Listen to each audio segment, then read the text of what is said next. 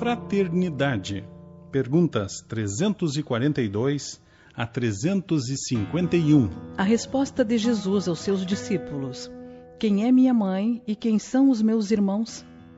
É um incitamento à edificação da fraternidade universal? O Senhor referia-se à precariedade dos laços de sangue, estabelecendo a fórmula do amor, a qual não deve estar circunscrita ao ambiente particular, mas ligada ao ambiente universal, em cujas estradas deveremos observar e ajudar fraternalmente a todos os necessitados, desde os aparentemente mais felizes aos mais desvalidos da sorte. Nas leis da fraternidade, como reconhecer na Terra o espírito em missão? Precisamos considerar que o espírito em missão experimenta igualmente as suas provas no trabalho a realizar, com a diferença de permanecer menos acessível ao efeito dos sofrimentos humanos pela condição de superioridade espiritual.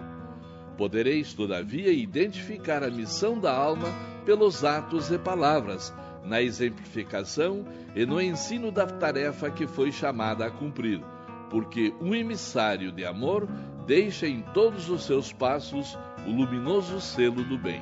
O amor ao próximo deve ser levado até mesmo à sujeição às ousadias e brutalidade das criaturas menos educadas na lição evangélica, sendo que o ofendido deve tolerá-las humildemente, sem o direito de esclarecê-las relativamente aos seus erros? O amor ao próximo inclui o esclarecimento fraterno a todo tempo em que se faça útil e necessário. A sujeição passiva ao atrevimento ou à grosseria pode dilatar os processos da força e da agressividade, mas ao receber as suas manifestações, saiba o crente pulverizá-las com o máximo de serenidade e bom senso, a fim de que sejam exterminadas em sua fonte de origem sem possibilidades de renovação. Esclarecer é também amar. Toda a questão reside em bem sabermos explicar, sem expressões de personalismo prejudicial, ainda que com a maior contribuição de energia, para que o erro ou o desvio do bem não prevaleça. Quanto aos processos de esclarecimento, devem eles dispensar em qualquer tempo e situação o concurso da força física, sendo justo que demonstrem as nuances de energia requeridas pelas circunstâncias, variando desse modo de conformidade com os acontecimentos e com o fundamento invariável no bem geral. O preceito evangélico: se alguém te bater numa face, apresenta-lhe a outra, deve ser observado pelo cristão, mesmo quando seja vítima de agressão corporal não provocada? O homem terrestre, com as suas taras seculares, tem inventado numerosos recursos humanos para justificar a chamada legítima defesa, mas a realidade é que toda a defesa da criatura está em Deus. Somos de parecer que, agindo o homem com a chave da fraternidade cristã, pode-se extinguir o fermento da agressão com a luz do bem e da serenidade moral.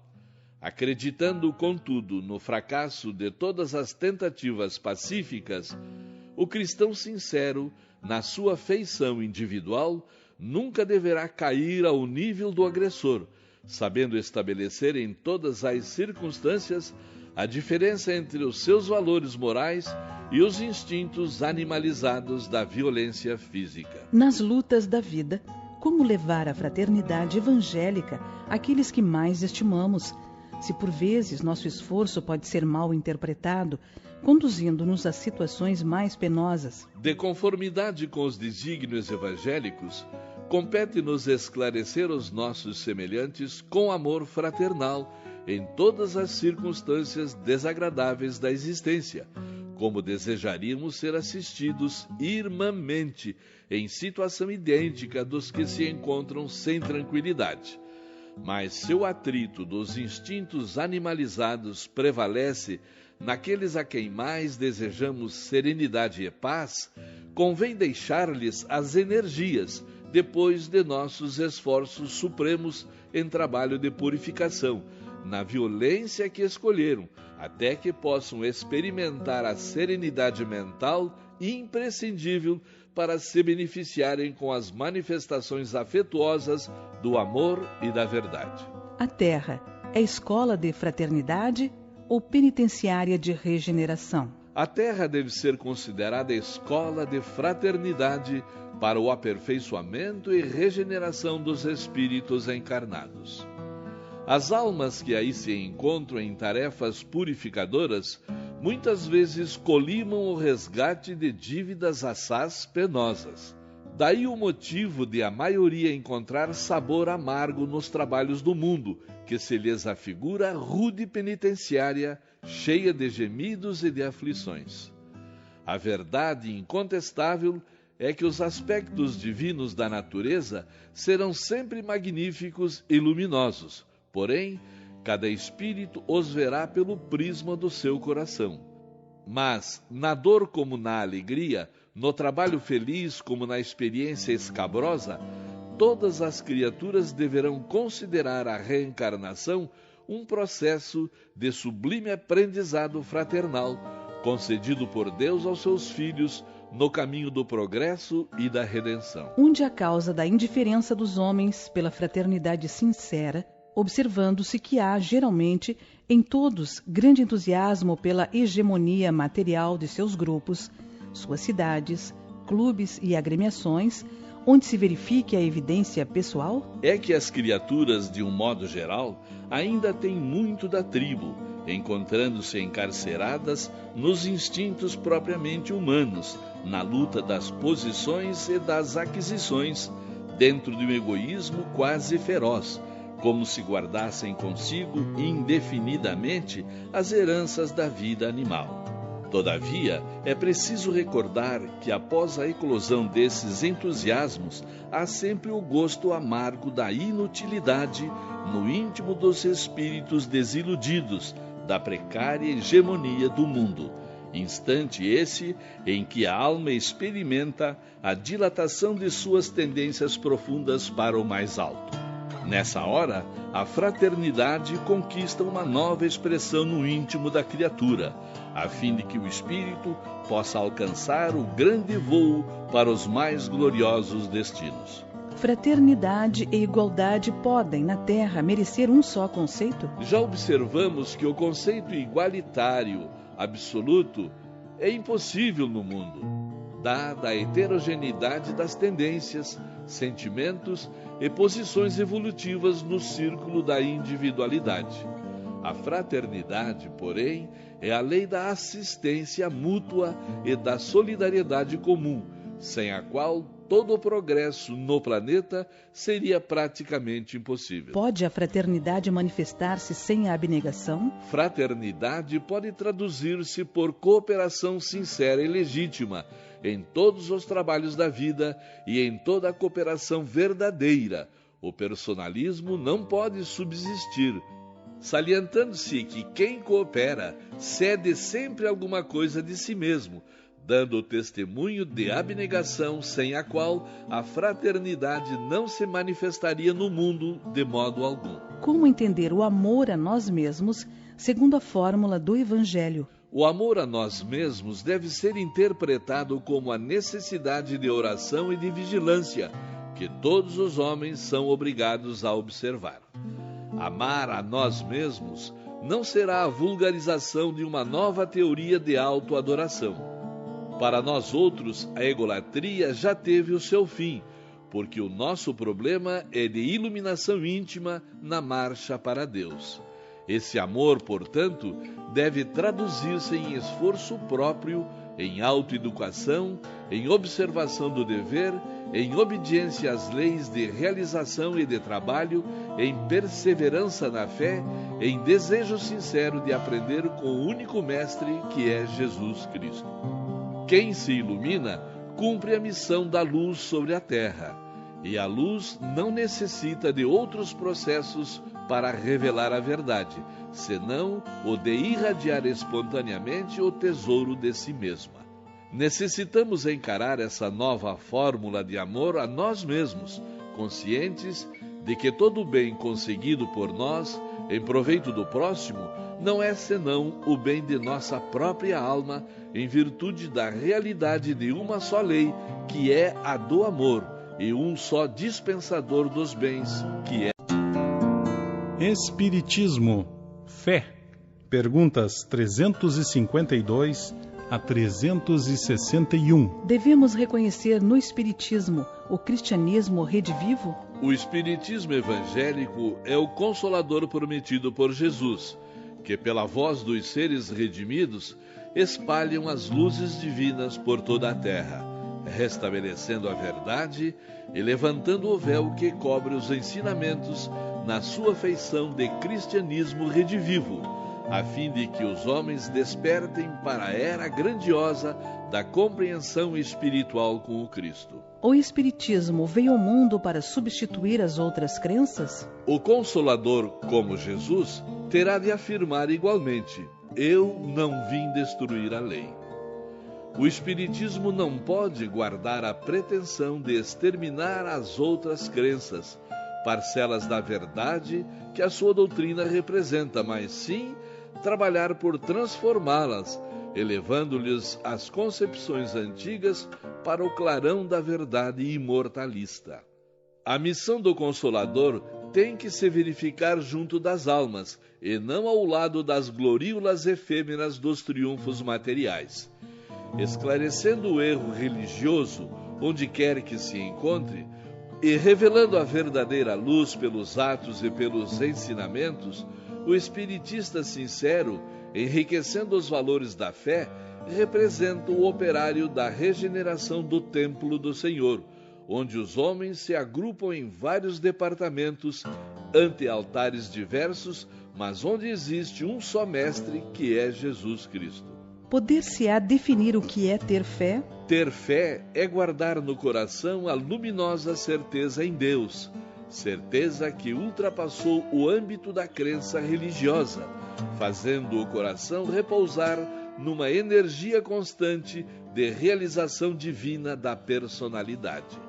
Conseguir a fé é alcançar a possibilidade de não mais dizer eu creio, mas afirmar eu sei, com todos os valores da razão tocados pela luz do sentimento. Essa fé não pode estagnar em nenhuma circunstância da vida e sabe trabalhar sempre intensificando a amplitude de sua iluminação, pela dor ou pela responsabilidade, pelo esforço e pelo dever cumprido. Traduzindo a certeza na assistência de Deus, ela exprime a confiança que sabe enfrentar todas as lutas e problemas com a luz divina no coração, e significa a humildade redentora que edifica no íntimo do espírito a disposição sincera do discípulo, relativamente ao faça-se no escravo a vontade do Senhor. Será fé acreditar sem raciocínio? Acreditar é uma expressão de crença, dentro da qual os legítimos valores da fé se encontram embrionários. O ato de crer em alguma coisa demanda a necessidade do sentimento e do raciocínio, para que a alma edifique a fé em si mesma. Admitir as afirmativas mais estranhas, sem um exame minucioso, é caminhar para o desfiladeiro do absurdo, onde os fantasmas dogmáticos conduzem as criaturas a todos os despautérios, mas também interferir nos problemas essenciais da vida, sem que a razão esteja iluminada pelo sentimento, é buscar o mesmo declive, onde os fantasmas impiedosos da negação conduzem as almas a muitos crimes. A dúvida raciocinada no coração sincero é uma base para a fé? Toda dúvida que se manifesta na alma cheia de boa vontade, que não se precipita em definições a priorísticas dentro de sua sinceridade, ou que não busca a malícia para contribuir em suas cogitações, é um elemento benéfico para a alma, na marcha da inteligência e do coração, rumo à luz sublimada da fé. É justa a preocupação dominante em muitos estudiosos do Espiritismo pelas revelações do plano superior, a título de enriquecimento da fé? Toda curiosidade sadia é natural. O homem, no entanto, deve compreender que a solução desses problemas lhe chegará naturalmente depois de resolvida a sua situação de devedor ante os seus semelhantes, fazendo-se então credor das revelações divinas. Para os espíritos desencarnados que já adquiriram muitos valores em matéria de fé, qual o melhor bem da vida humana? A vida humana, nas suas características de trabalho pela redenção espiritual, apresenta muitos bens preciosos aos nossos olhos, na sequência das lutas, esforços e sacrifícios de cada espírito. Para nós outros, porém, o tesouro maior da existência terrestre reside na consciência reta e pura, iluminada pela fé e edificada no cumprimento de todos os deveres mais elevados. Nas cogitações da fé, o espírito encarnado deve restringir suas divagações ao limite necessário às suas experiências na Terra? Pelo menos, é justo que somente cogite das expressões transcendentes ao seu meio, depois de realizar todo o esforço de iluminação que o mundo lhe pode proporcionar nos seus processos de depuração e aperfeiçoamento. Qual deve ser a ação do espiritista em face dos dogmas religiosos? Os novos discípulos do Evangelho devem compreender que os dogmas passaram, e as religiões literalistas que os construíram sempre o fizeram simplesmente em obediência a disposições políticas no governo das massas. Dentro das novas expressões evolutivas, porém, os espiritistas devem evitar as expressões dogmáticas, compreendendo que a doutrina é progressiva, esquivando-se a qualquer pretensão de infalibilidade em face da grandeza inultrapassável do Evangelho. Na propaganda da fé, é justo que os espíritas ou os médiuns estejam preocupados em converter aos princípios da doutrina os homens de posição destacada no mundo, como os juízes, os médicos, os professores, os literatos, os políticos, etc.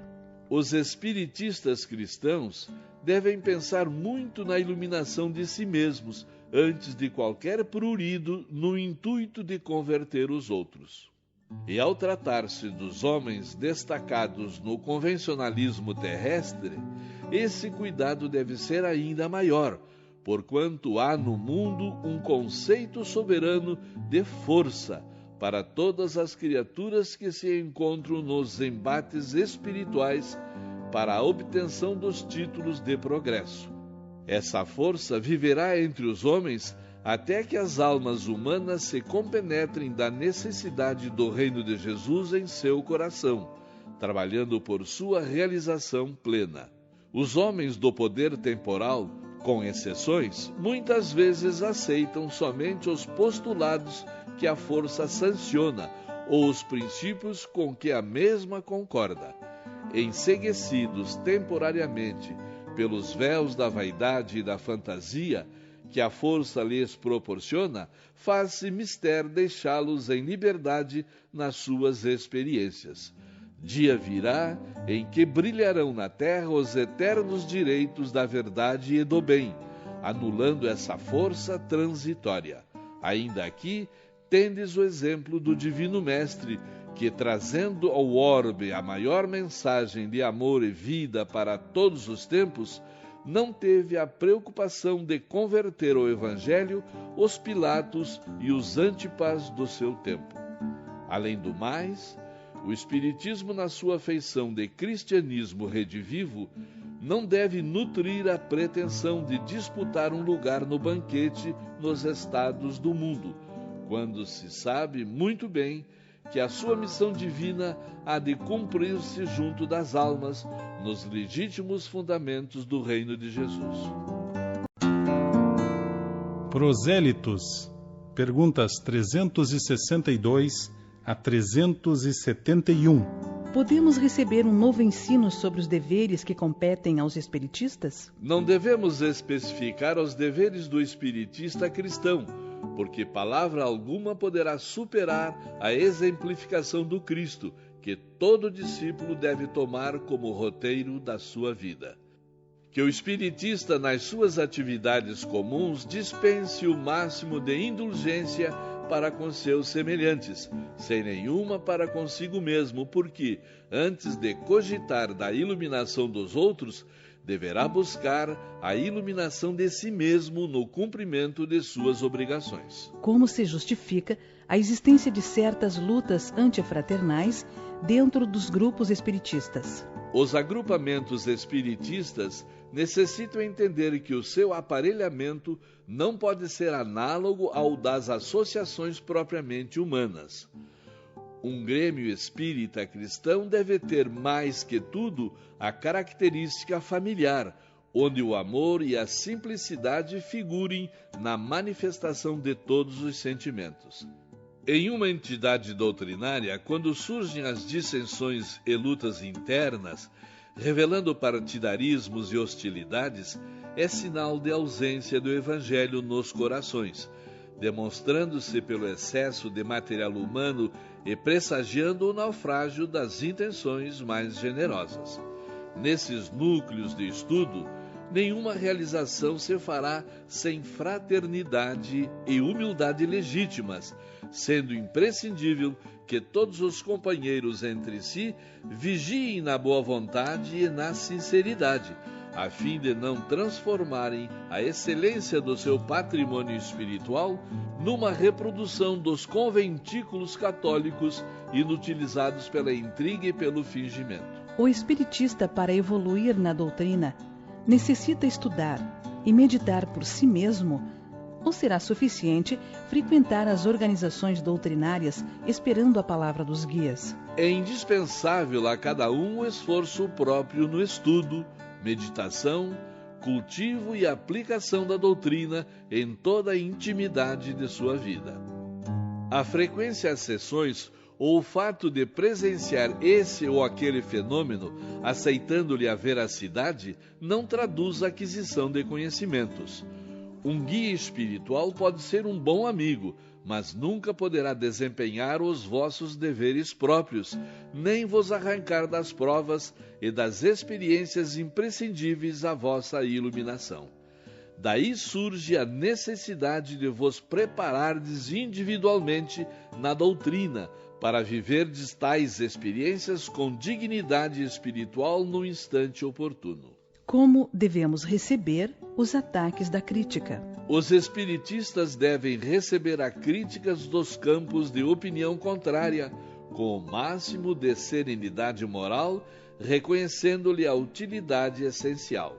Essas críticas se apresentam quase sempre com finalidade preciosa, qual a de selecionar naturalmente as contribuições da propaganda doutrinária, afastando os elementos perturbadores e confusos e valorizando a cooperação legítima e sincera, porque todo o ataque à verdade pura serve apenas para destacar e exaltar essa mesma verdade. Como deverá agir o espírita sincero quando se encontre perante certas extravagâncias doutrinárias? À luz da fraternidade pura, jamais neguemos o concurso da boa palavra e da contribuição direta, sempre que oportuno, em benefício do esclarecimento de todos, guardando, todavia, o cuidado de nunca transigir com os verdadeiros princípios evangélicos, sem, contudo, ferir o sentimento das pessoas.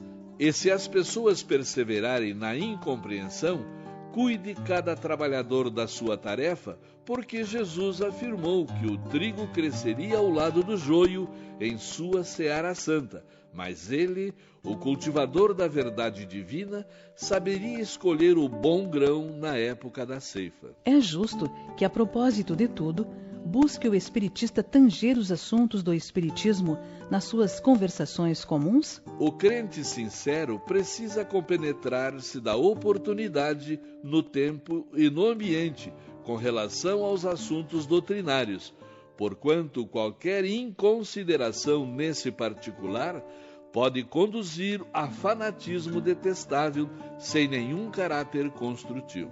Nos agrupamentos espiritistas, devemos provocar, de algum modo, essa ou aquela manifestação do além? Nas reuniões doutrinárias, acima de todas as expressões fenomênicas, devem prevalecer a sinceridade e a aplicação individuais no estudo das leis morais que regem o intercâmbio entre o planeta e as esferas do invisível. De modo algum se deverá provocar as manifestações mediúnicas, cuja legitimidade reside nas suas características de espontaneidade, mesmo porque o programa espiritual das sessões está com os mentores que as orientam do plano invisível, exigindo-se de cada estudioso a mais elevada porcentagem de esforço próprio na aquisição do conhecimento, porquanto o plano espiritual distribuirá sempre de acordo com as necessidades e os méritos de cada um.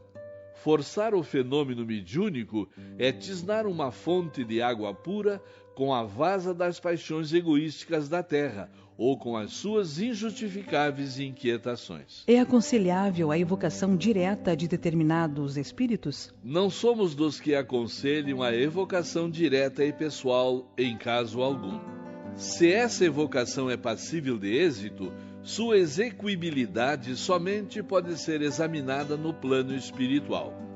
Daí a necessidade de sermos espontâneos, porquanto no complexo dos fenômenos espiríticos, a solução de muitas incógnitas espera o avanço moral dos aprendizes sinceros da doutrina.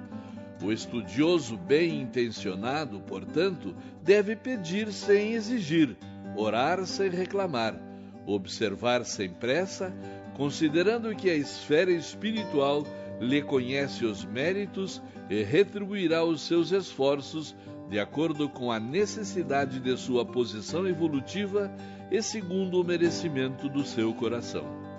Podereis objetar que Allan Kardec se interessou pela evocação direta, procedendo a realizações dessa natureza, mas precisamos ponderar no seu esforço a tarefa excepcional do codificador, aliada à necessidade e méritos ainda distantes da esfera de atividade dos aprendizes comuns. Seria lícito investigarmos com os espíritos amigos as nossas vidas passadas?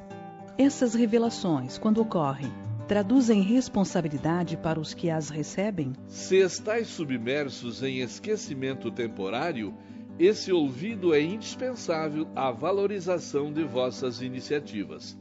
Não deveis provocar esse gênero de revelações, porquanto os amigos espirituais conhecem melhor as vossas necessidades e poderão provê-las em tempo oportuno, sem quebrar o preceito da espontaneidade exigido para esse fim. O conhecimento do pretérito através das revelações ou das lembranças chega sempre que a criatura se faz credora de um benefício como esse, o qual se faz acompanhar, por sua vez, de responsabilidades muito grandes no plano do conhecimento. Tanto assim que para muitos essas reminiscências costumam constituir um privilégio doloroso no ambiente das inquietações e ilusões da Terra. Devem ser intensificadas no Espiritismo as sessões de fenômenos mediúnicos? São muito poucos ainda os núcleos espiritistas que se podem entregar à prática mediúnica com plena consciência do serviço que têm em mãos. Motivo porque é aconselhável a intensificação das reuniões de leitura, meditação e comentário geral para as ilações morais imprescindíveis no aparelhamento doutrinário, a fim de que numerosos centros bem-intencionados não venham a cair no desânimo ou na incompreensão por causa de um prematuro comércio com as energias do plano invisível. Prática. Perguntas 372 a 381. Como deveremos entender a sessão espírita? A sessão espírita deveria ser em toda parte uma cópia fiel do cenáculo fraterno, simples e humilde do Tiberíades, onde o Evangelho do Senhor fosse refletido em espírito e verdade, sem qualquer convenção do mundo, de modo que, entrelaçados todos os pensamentos na mesma finalidade amorosa e sincera, pudesse a Assembleia constituir aquela reunião de 2 ou mais corações em nome do Cristo, onde o esforço dos discípulos será sempre santificado pela presença do seu amor. Como deve ser conduzida uma sessão espírita de sua abertura ao encerramento? Nesse sentido, há que considerar a excelência da codificação kardeciana. Contudo, será sempre útil a lembrança de que as reuniões doutrinárias devem observar o máximo de simplicidade, como as assembleias humildes e sinceras do cristianismo primitivo, abstendo-se de qualquer expressão que apele mais para os sentidos materiais que para a alma profunda, a grande esquecida de todos os tempos da humanidade. Nas sessões, os dirigentes e os médiuns têm uma tarefa definitiva e diferente entre si? Nas reuniões doutrinárias, o papel do orientador e o do instrumento mediúnico devem estar sempre identificados na mesma expressão de fraternidade e de amor, acima de tudo. Mas existem características a assinalar para que os serviços espirituais produzam os mais elevados efeitos, salientando-se que os dirigentes das sessões devem ser o raciocínio e a lógica, enquanto o médium deve representar a fonte de água pura do sentimento. É por isso que nas reuniões onde os orientadores não cogitam da lógica e onde os médiuns não possuem fé e desprendimento, a boa tarefa é impossível, porque a confusão natural estabelecerá a esterilidade no campo dos corações. Os agrupamentos espiritistas podem ser organizados sem a contribuição dos médiuns? Nas reuniões doutrinárias, os médiuns são úteis, mas não indispensáveis, porque somos obrigados a ponderar que todos os homens são médiuns, ainda mesmo sem tarefas definidas nesse particular, podendo cada qual sentir e interpretar no plano intuitivo a palavra amorosa e sábia de seus guias espirituais no imo da consciência. Será aconselhável a determinação de dias da semana para a realização normal das sessões espíritas? Qualquer dia e hora podem ser consagrados ao bom trabalho da fraternidade e do bem, sempre que necessário, mas nas reuniões dedicadas ao esforço doutrinário, faz-se imprescindível a metodização de todos os trabalhos em dias e horas prefixados. Há estudiosos da doutrina que se afastam das reuniões quando as mesmas não apresentam fenômenos. Como se deve proceder para com eles? Os que assim procedem testemunham por si mesmos plena inabilitação para o verdadeiro trabalho do espiritismo sincero. Se preferem as emoções transitórias dos nervos ao serviço da autoiluminação, é melhor que se afastem temporariamente dos estudos sérios da doutrina, antes de assumirem qualquer compromisso. A compreensão do espiritismo ainda não está bastante desenvolvida em seu mundo interior, e é justo que prossigam em experiências para alcançá-la. O êxito dos esforços do plano espiritual em favor do cristianismo redivivo não depende da quantidade de homens que o busquem, mas da qualidade dos trabalhadores que militam em suas fileiras. Por que motivo a doutrinação e a evangelização nas reuniões espiritistas beneficiam igualmente os desencarnados, se a estes seria mais justo o aproveitamento das lições recebidas no plano espiritual? Grande número de almas desencarnadas nas ilusões da vida física, guardadas quase que integralmente no íntimo, conservam-se por algum tempo incapazes de aprender as vibrações do plano espiritual superior, sendo conduzidas por seus guias e amigos redimidos às reuniões fraternas do espiritismo evangélico, onde, sob as vistas amoráveis desses mesmos mentores do plano invisível, se processam os dispositivos da lei de cooperação e benefícios mútuos que rege os fenômenos da vida nos dois planos. Como deverá agir o estudioso para identificar as entidades que se comunicam? Os espíritos que se revelam através das organizações mediúnicas devem ser identificados por suas ideias e pela essência espiritual de suas palavras. Determinados médiuns com tarefa especializada podem ser auxiliares preciosos à identificação pessoal, seja no fenômeno literário, nas equações da ciência ou satisfazendo a certos requisitos da investigação. Todavia, essa não é a regra geral, salientando-se que as entidades espirituais muitas vezes não encontram senão um material deficiente que as obriga tão só ao indispensável no que se refere à comunicação. Devemos entender, contudo, que a linguagem do espírito é universal pelos fios invisíveis do pensamento, o que, aliás, não invalida a necessidade de um estudo atento acerca de todas as ideias lançadas nas mensagens medianímicas, guardando-se muito cuidado no capítulo dos nomes ilustres que, porventura, as subscrevam. Nas manifestações de toda a natureza, porém, o crente ou estudioso do problema da identificação não pode dispensar aquele sentido espiritual da observação que lhe falará sempre no imo da consciência. É justo que o espiritista, depois de sofrer pela morte a separação de um ente amado, provoque a comunicação dele nas sessões medianímicas. O espiritista sincero deve buscar o conforto moral em tais casos, na própria fé que lhe deve edificar intimamente o coração. Não é justo provocar ou forçar a comunicação com esse ou aquele desencarnado. Além de não conhecerdes as possibilidades de sua nova condição na esfera espiritual, deveis atender ao problema dos vossos méritos. O homem pode desejar isso ou aquilo, mas há uma providência que dispõe no assunto, examinando o mérito de quem pede e a utilidade da concessão.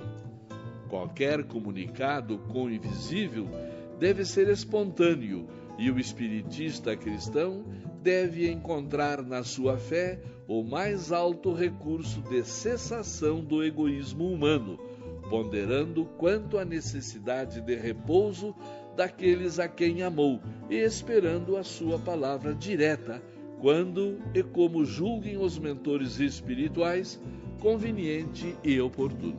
Muita gente procura o espiritismo queixando-se de perseguições do invisível. Os que reclamam contra essas perturbações estão, de algum modo, abandonados de seus guias espirituais? A proteção da providência divina estende-se a todas as criaturas.